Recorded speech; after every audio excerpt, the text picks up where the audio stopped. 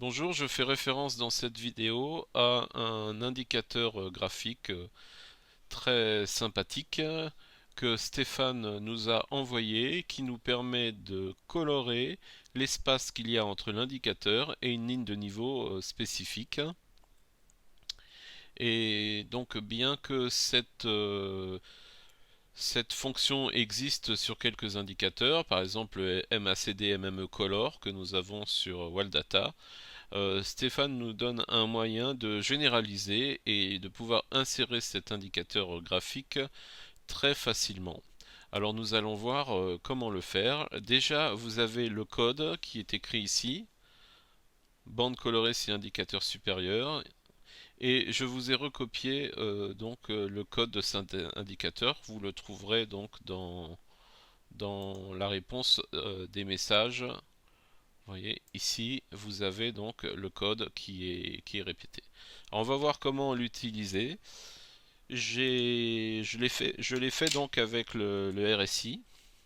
Alors, c'est tout simple. Vous allez dans Propriétés des indicateurs et vous ajoutez un indicateur.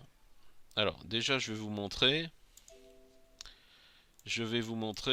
comment recopier le code.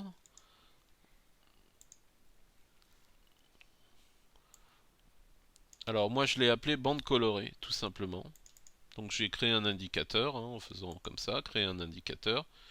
Je l'ai appelé bande colorée et j'ai recopié le code que vous avez donc dans le forum.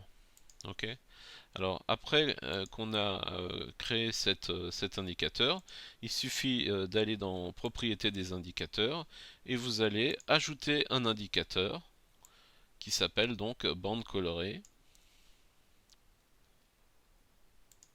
Voilà.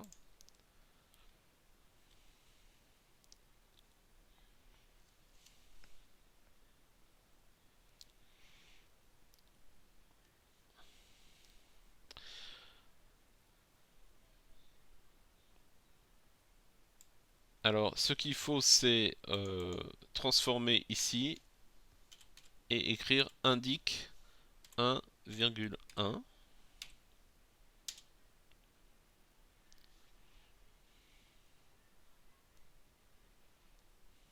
Voilà. Et ensuite, vous allez préciser le niveau.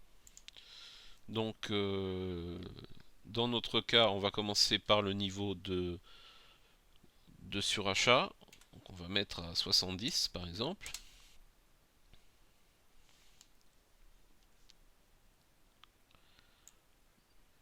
Voilà, et vous constatez donc qu'on a le premier code. On va en rajouter un autre, bande colorée. Donc on recommence une deuxième fois, bande colorée.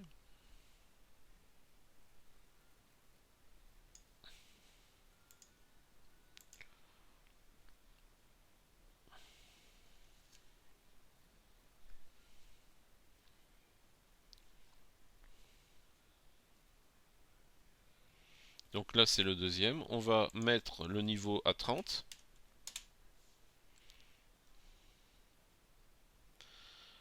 Au niveau du prix, donc c'est pas close, c'est mais indique 1,1.